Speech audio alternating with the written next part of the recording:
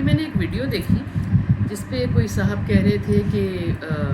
اگر نماز پڑھنے کے بعد یا پڑھنے سے پہلے اور مصلی میں بیٹھ کے آپ کو یہ ہو، یہ نظر آئے اور ایسا فیل ہو تو اس کا یہ مطلب ہے، وہ ہو تو اللہ یہ کہہ رہا ہے، وہ ہو تو اللہ نہیں کہہ رہا۔ تو میرا صرف کہنا یہ ہے کہ آپ یہ دیکھیں کہ نماز پڑھنے کا قرآن میں کیا حکم ہے اور حضور پاک نے کیا فرمایا۔ نماز پڑھنے کا صرف حکم ہے کہ تم میری عبادت کرو، تم سجدے میں جاؤ، رکوع میں جاؤ اور میرے لیے سجدہ کرو، میرے لیے نماز پڑھو، میرے لیے 5 وقت حاضری دو۔ ادھر ادھر آپ کے پاس کہیں ٹائم ہو تو آپ نوافل بھی ادا کریں،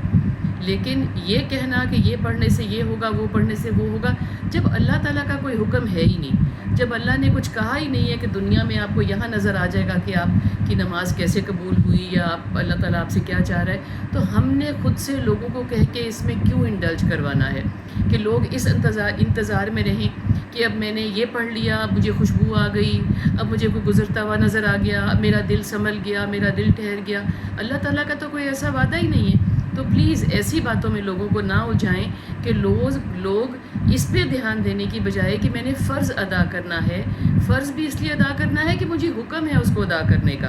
اس کا مجھ سے حساب لیا جائے گا، مجھے آرڈر ہوا ہے نماز پڑھنے کا، مجھے حکم ہوا ہے، میرے پہ فرض ہے، مجھ پہ لاگو کیا گیا ہے، مجھے اس کی فکر کرنی چاہیے رادر دین اس کی میں فکر کریں کہ مجھے یہ فیل ہوا کہ وہ فیل ہوا۔ کوئی ایسا حکم نہیں ہے کہ آپ کو کیا فیل ہوگا اور کیا نہیں فیل ہوگا، آپ کو کچھ بھی نہیں فیل ہوگا۔ اگر نماز پڑھی ہے تو یہ تسلی ہوگی کہ ادائیگی ہو گئی، وہ قبول کرنے والا ہے، میں نے سچے دل سے پورا دل اپنی اس عبادت میں ڈالا۔ اگر خدا نہ خواستہ کہیں قضا ہو گئی یا صحیح طریقے سے ادا نہیں ہوئی، میں نے استغفار کرنی ہے اور پھر میں نے دوبارہ ادائیگی کی کوشش کرنی ہے یا اگلی نماز کا انتظار کرنا ہے۔